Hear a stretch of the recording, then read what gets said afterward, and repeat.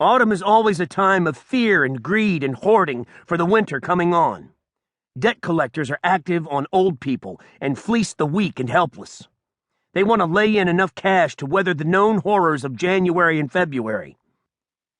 There is always a rash of kidnapping and abductions of school children in the football months.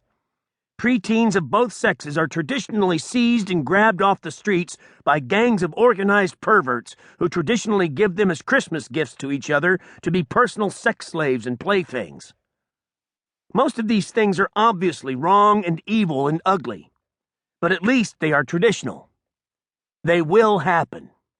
Your driveway will ice over, your furnace will blow up, and you will be rammed in traffic by an uninsured driver in a stolen car. But what the hell? That's why we have insurance, eh? And the inevitability of these nightmares is what makes them so reassuring. Life will go on, for good or ill.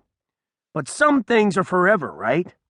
The structure may be a little crooked, but the foundations are still strong and unshakable.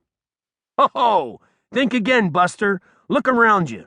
There is an eerie sense of panic in the air, a silent fear and uncertainty that comes with once reliable faiths and truths and solid institutions that are no longer safe to believe in. There is a presidential election right on schedule, but somehow there is no president. A new Congress is elected, like always, but somehow there is no real Congress at all. Not as we knew it, anyway. And whatever passes for Congress will be as helpless and weak as whoever has to pass for the new president. In the world of sports, it is like playing a Super Bowl that goes into 19 scoreless overtimes and never actually ends. Or 4 LA Lakers stars being murdered in different cities on the same day. Guaranteed fear and loathing. Abandon all hope. Prepare for the weirdness. Get familiar with cannibalism. Good luck. The Fix is In. November 27th, 2000. From Hunter S. Thompson, Fear and Loathing in America. Luck is a very thin wire between survival and disaster, and not many people can keep their balance on it. I have never believed much in luck, and my sense of humor has tended to walk on the dark side. Muhammad Ali, one of my very few heroes, once took the time to explain to me that there are no jokes. The truth is the funniest joke of all. Oh, it takes a special kind of mindset to believe that and still have smart people call you funny. I've never quite understood it. This eerie presidential election has been a painful experience for gamblers. Almost everybody lost. The many, many losers don't feel the pain yet because they are still in shock and denial. There are rumors in Washington that Gore's most trusted advisors have sealed him off so completely that he still firmly believes he won. Which is true on some scorecards, but so what?